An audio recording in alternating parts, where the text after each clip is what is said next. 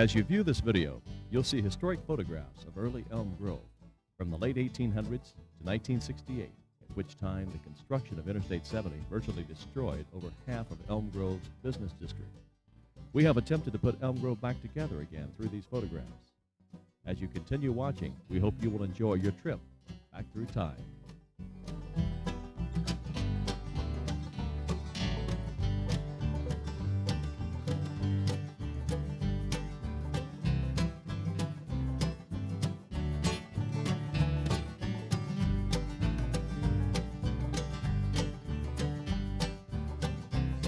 The Forks of Wheeling had been settled for many years, first by Indians and then by white settlers. The first white settler was Captain John Mills, who arrived here in 1793. He was an officer in the Revolutionary War and was highly regarded by all who knew him. Other early pioneers were David and William Shepherd, William and John Fay, William Huss, and Samuel Saunders.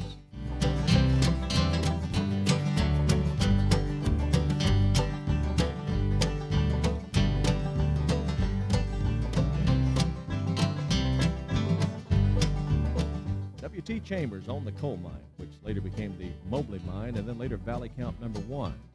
They shipped coal by the B&O Railroad and retailed to home customers because most of the homes were heated by coal. They also furnished coal for the electric generating plant next door to the mine. Earlier, they sold slate for roofs. This was originally a vertical shaft mine with 2 cages to bring up the coal from about 200 feet down. This later changed to a slope mine. The early miners furnished their own tools, powder, and squibs to shoot down the coal. They loaded by hand, put their number on the car, and the tipple boss kept track of what was loaded. If they loaded all stone, they worked for nothing. The owner took better care of the mules than he did the men because he could always hire another man but had to buy another mule.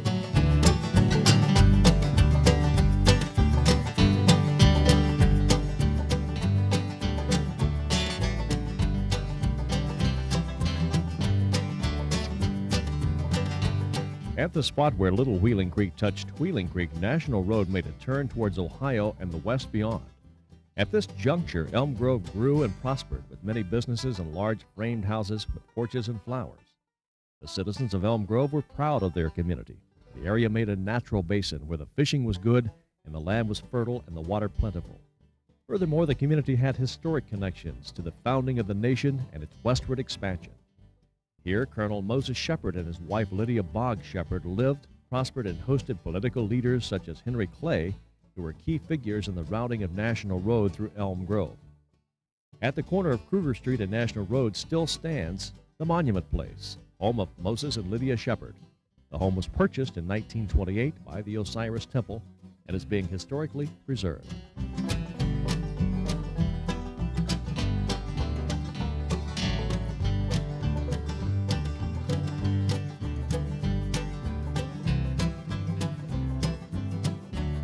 Leopold Miller's first movie theater was located about where Bob's Computer Shop is located today.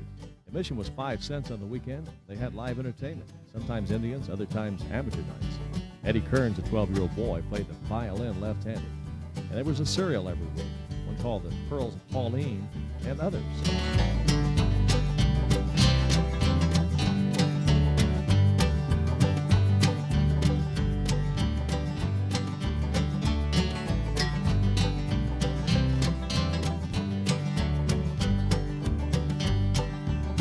In 1818, the National Road was built. It twisted through the hills and valleys of western Pennsylvania. The stagecoach passed through Elm Grove from Cumberland, Maryland. The stagecoach was large and rather unwieldy, with the driver's seat placed high on the front. It could accommodate several passengers with their baggage and was fairly comfortable, providing that the driver didn't go too fast. The stagecoach, driven by 4 horses, would stop at Elm Grove to exchange the horses for fresh ones. Many people traveled on the stagecoach and considered it the best in the whole country.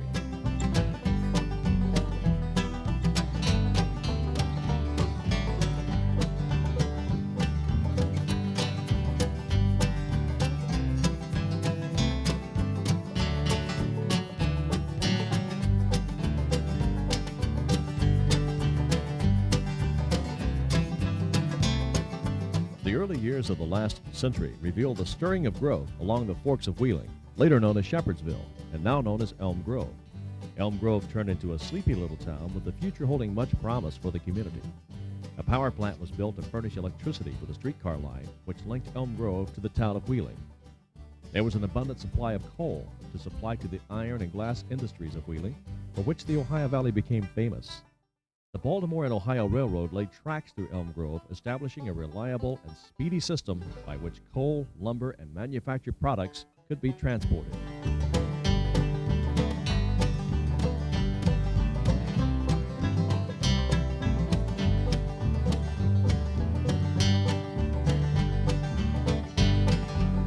I used to buy milk from the Nichols farm, which was located at the bottom of Cedar Rocks Hill. You took your own container, and they had milk in cans from which they'd fill your container. Most everybody in Elm Grove bought their milk there. Bread at that time was 5 cents a loaf, no wrapper, was baked in Wheeling. And the butcher came to the house every day. He delivered by horse and wagon, and the meat was packed in ice. Kids would get a free piece of bologna.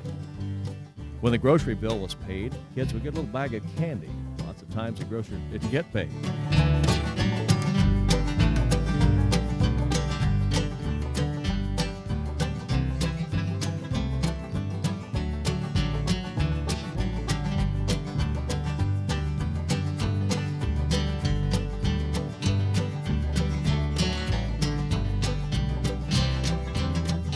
Elm Grove grew in population. Many families moved into town from rural communities.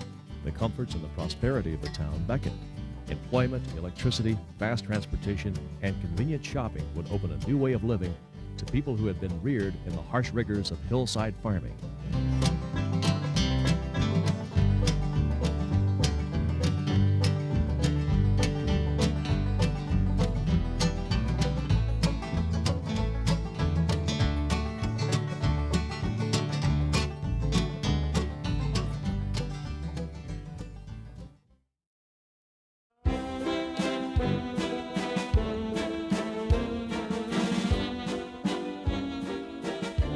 These were great times, and Elm Grove was truly a great place to live.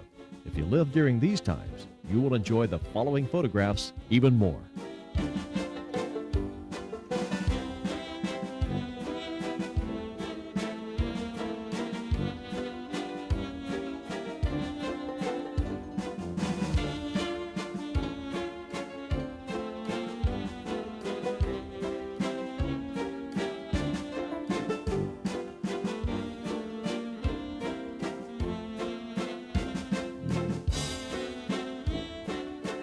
Halloween, what a time we had. Everybody removed their gates until it was over. We upset outdoor johns, we soaked windows, threw corn at windows. The big boys took a man's wagon apart and put it back together again on his barn roof. He had a hard time getting it back down.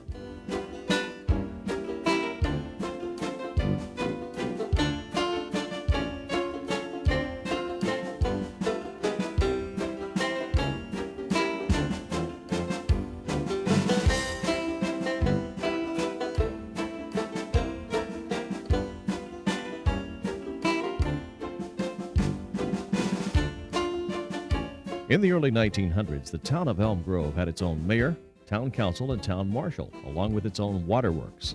The waterworks was located at the lower end of Patterson Avenue and later became the Nordeman Packing Company. A dam was built across Big Wheeling Creek behind the building to obtain a higher water level, which pumped water to the existing reservoir in Hanlon Heights, above the Stone Church Cemetery. The town prospered and grew larger. The enameled ironworks on Lava Avenue employed over 100 people.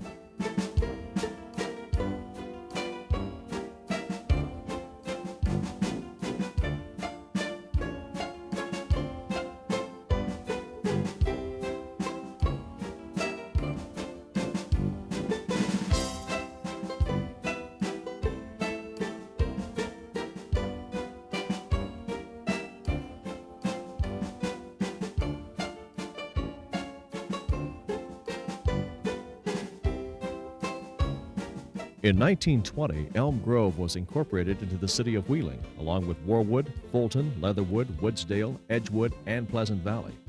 This was called the Greater Wheeling Plan, and Elm Grove was now officially a part of Wheeling.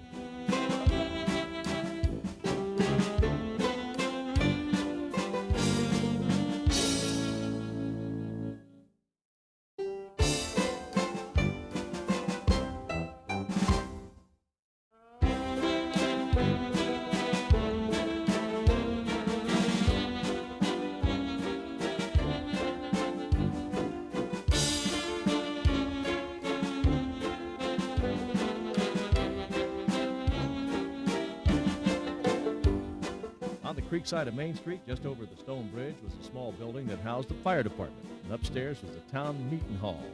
Downstairs in the basement was the town jail, 2 cells with iron bars. The fire department fire wagon was a 2-wheel horse cart with a long tongue in the front. It was pulled by hand with a rope on the front of the tongue so that others could help pull. The cart had about 500 feet of hose. There were only a few hydrants in town.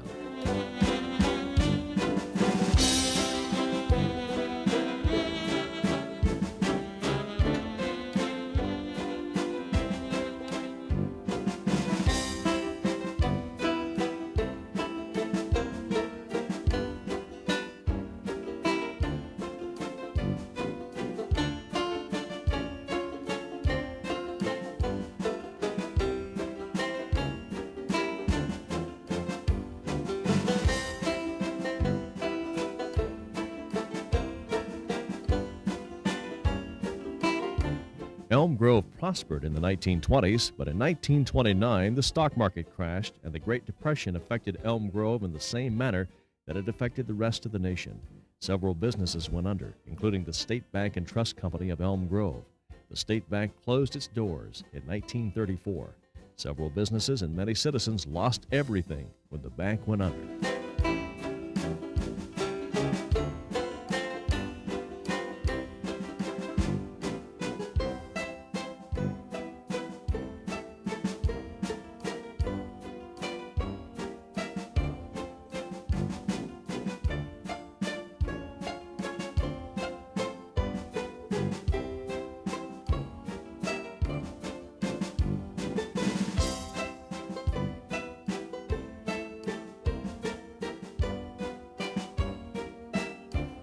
Times were bad, and the Great Depression lasted for the rest of the 1930s.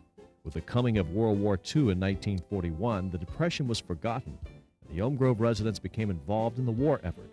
Patriotism ran high, and every citizen did what they could to contribute to the cause. Gasoline and food were rationed, and everyone planted a victory garden.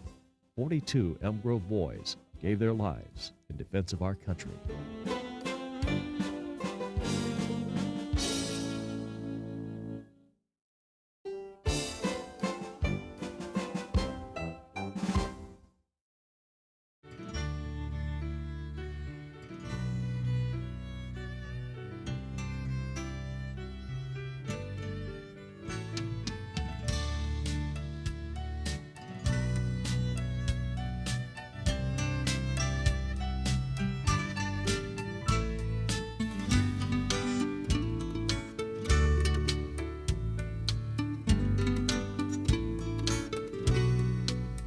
My best memories of growing up in Elm Grove are probably the old Princess Theater and the Saturday afternoons that we spent there.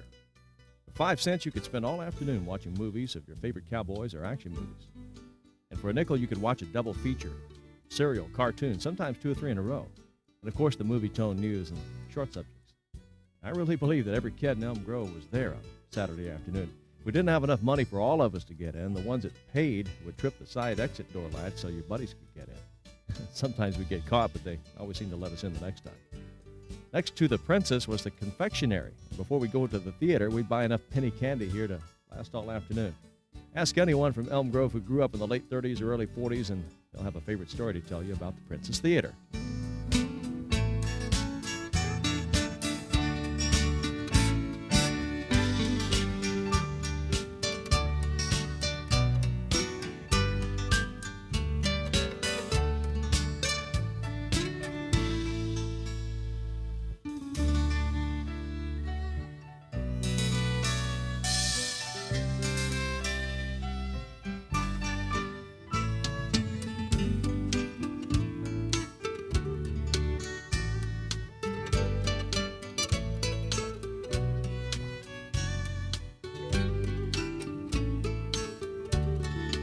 When the war ended, Elm Grove once again prospered. Wheeling Machine Products constructed a new plant in Thornburg's Bottom, which is now the Elm Grove Crossing Mall. The coal mines flourished, and once again, almost everyone could find a job. Baseball was a popular sport in Elm Grove, with Elm Grove merchants sponsoring teams. Each player's uniform advertised a different place of business. The Patterson Ball Field was the place to be on Sunday afternoons. There was always a large crowd at the games, and The loud cheering could be heard all over Patterson.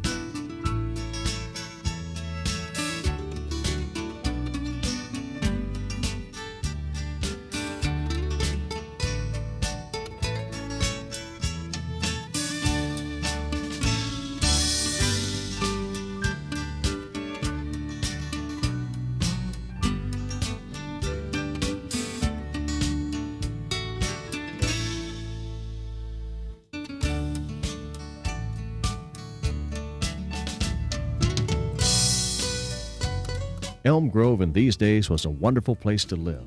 The Princess Theater brings back fond memories. There was Wakeham's pool room where all the guys would hang out. Sybert's restaurant had good food and the bowling alley downstairs. There was the Bluebird Cafe, the Elm Grove Drive-In, and let's not forget the Big Dip Inn, which was known for their hot dogs and ice cream.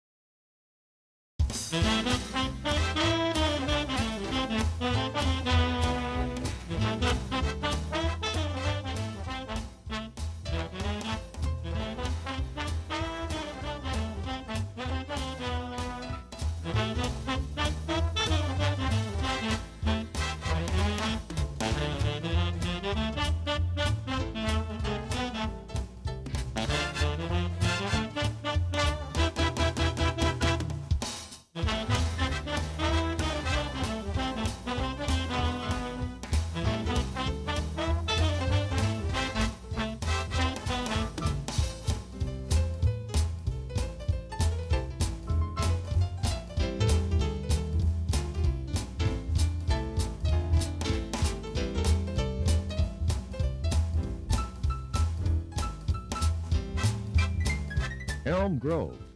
Where did it get its name? Well, when I was a boy, there were hundreds of sycamore trees, but no elms. The largest one is at the Monument Place and was over 200 years old in 1910.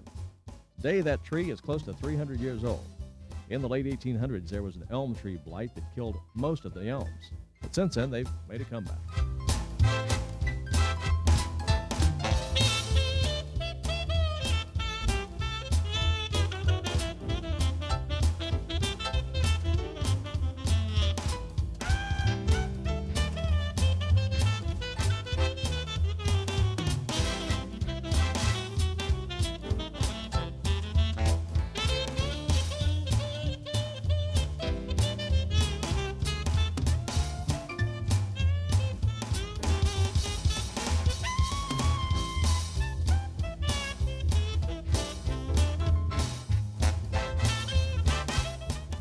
Wakeham's Pool Room is Elm Grove's oldest business.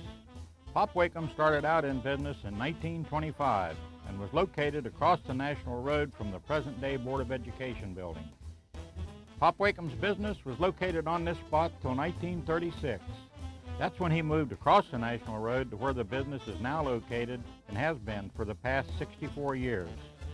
Wakeham's has always been the place in the Grove where young men and older men alike gathered to have a beer and shoot some pool and catch up on what was happening in the Grove. Once when Jay Rockefeller was running for governor of West Virginia, he stopped at Wakeham's Pool Room to campaign for votes. Jay had his photograph taken with three of the Wakeham brothers, Johnny, Milo, and Buck. 75 years in business and still family-owned, Wakeham's Bar, as it is known today, is operated by Freddie Wakeham, the grandson of Pop Wakeham.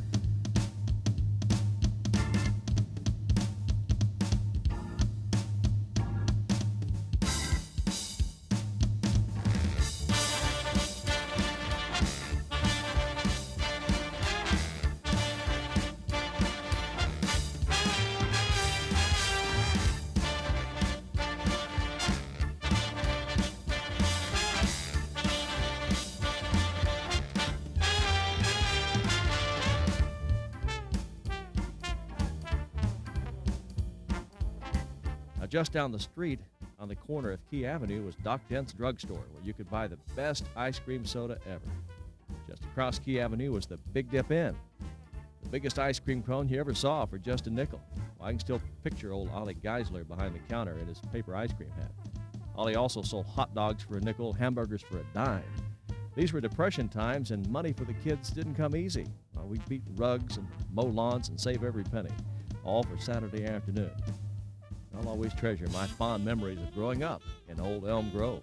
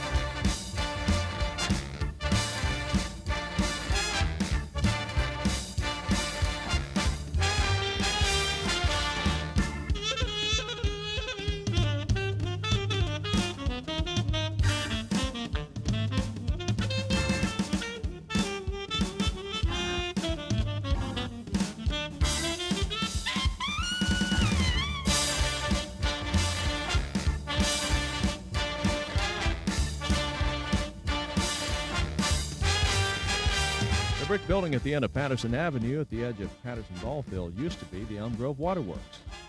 Water was pumped from Big Wheeling Creek to the reservoir up above Hamlin Heights on Stone Church Road. Large natural gas engines were used to run those pumps. One summer, when the water in the creek was very low, they dug a channel to the Kruger Street Bridge in the creek bed so that water could be pumped. This pumping station was operated by the Smith family.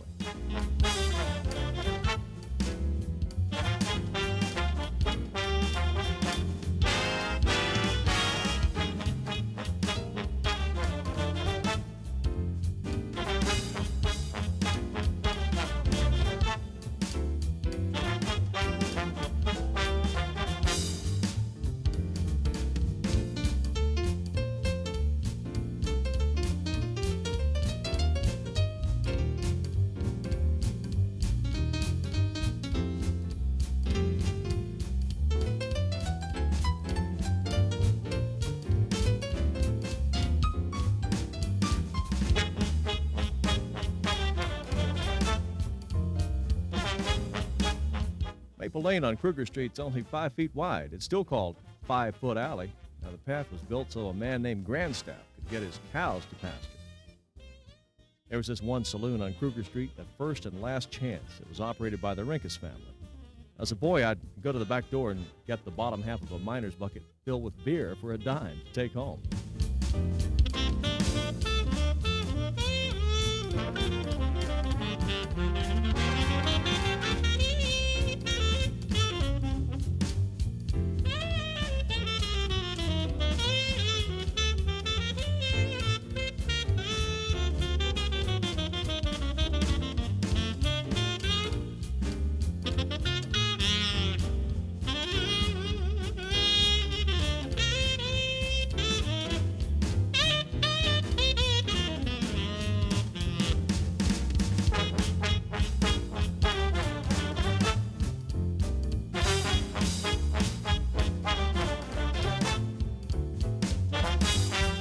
The newspapers were the Register and the Intelligencer. The Register had an office in Elm Grove. Newspapers were 1 cent for the Register and 2 cents for the Intel.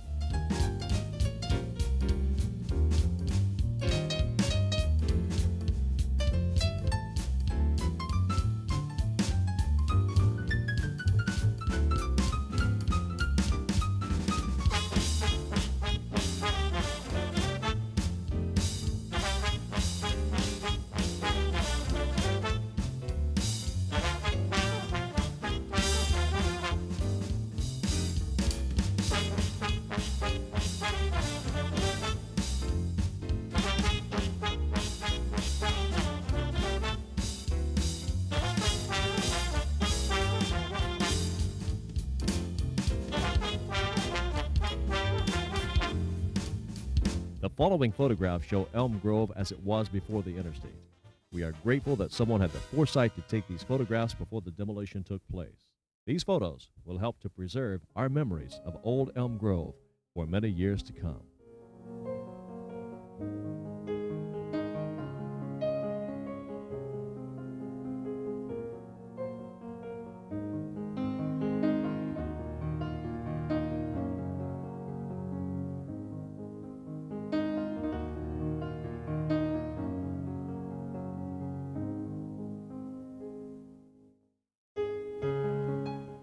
I treasure my memories of growing up in Elm Grove. You know, back in the days before television, young people were outside most of the time looking for some form of entertainment. The young men that I grew up with loafed on the corner by the Kruger Street Bridge. Older people in the neighborhood called us the Bridge Gang. Yes, we were ornery all right, but I can't remember any of us ever getting into serious trouble. Day or night, you could always find some of us loafing by the bridge. We spent time at the Patterson ball field playing football and basketball or baseball. We even had a sandlot football team and played other teams from around Wheeling: South Wheeling, East Wheeling, Warwood, Clater, and Sherrard. We used to swim in Big Wheeling Creek in the summer, and in the winter when the creek would freeze over, we would build a huge fire on the creek bank and ice skate under the Kruger Street Bridge. There were two members of the Bridge Gang that I will always remember, Bud Rinkus and Dick Wallace. They were killed in the Korean War. This was a sad time for the Bridge Gang because Bud and Dick were very special. They had been the comedians of the Bridge Gang. They kept the rest of us in stitches with their joking around. I still miss these two guys.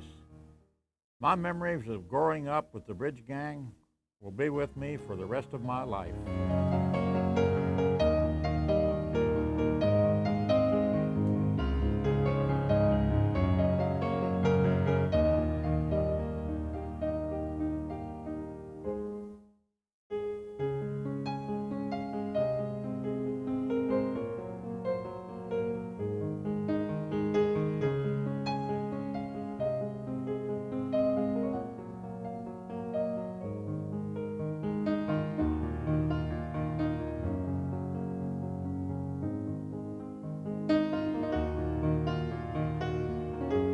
In many cases, the price of progress runs high.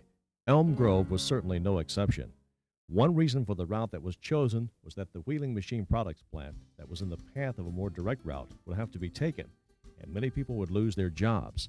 This statement is not even a good argument.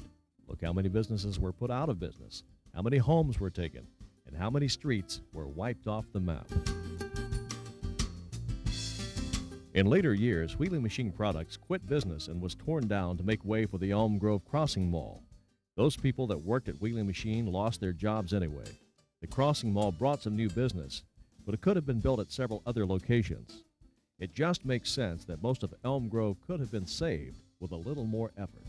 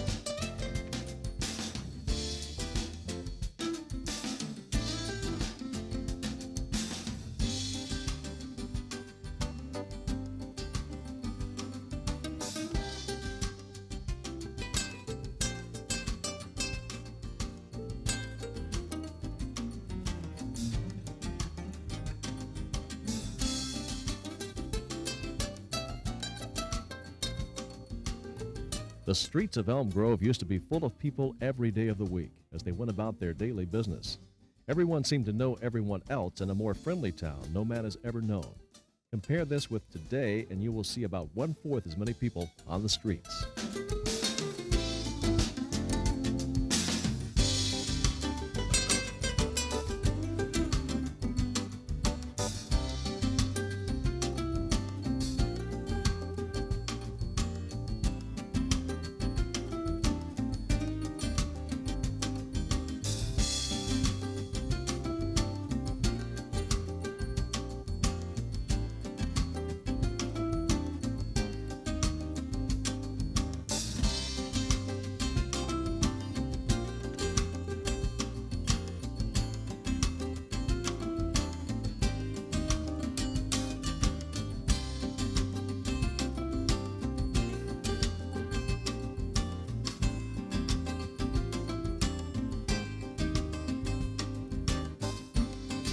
People were told that the interstate would bring new life to Elm Grove's business district and that the town would prosper. But this was not true. It took years for the east end of Elm Grove to recover, and the interstate had very little to do with the progress. Now, everyone knows that the interstate is a necessity, but you have to wonder why they had to route it directly through Elm Grove. One must wonder what our town would be like today if the road had been constructed around the business district.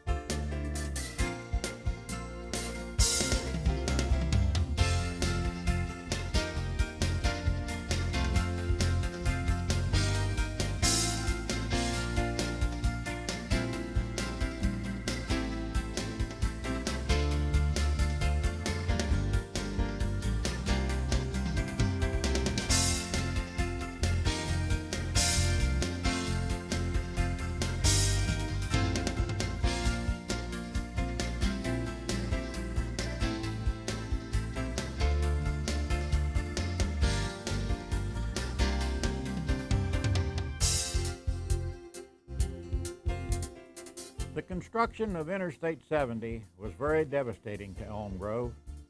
21 businesses were demolished and lost to the Grove forever. 12 other businesses relocated to other parts of the town. They demolished the beautiful stone Presbyterian church building that was located at the bottom of Stone Church Hill, and the congregation had a new church built over on East Cove Avenue.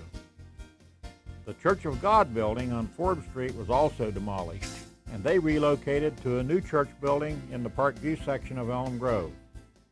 The Scott Lumber Company moved their business to the town of Philadelphia. 17 streets were totally demolished, and 7 other streets had a portion of their street taken away. The part that hurt most was that 230 homes met the wrecking ball. Some of these people moved to another section of the Grove, but others left the Grove for good. The Bates Butler home on the National Road was the second oldest home in Elm Grove.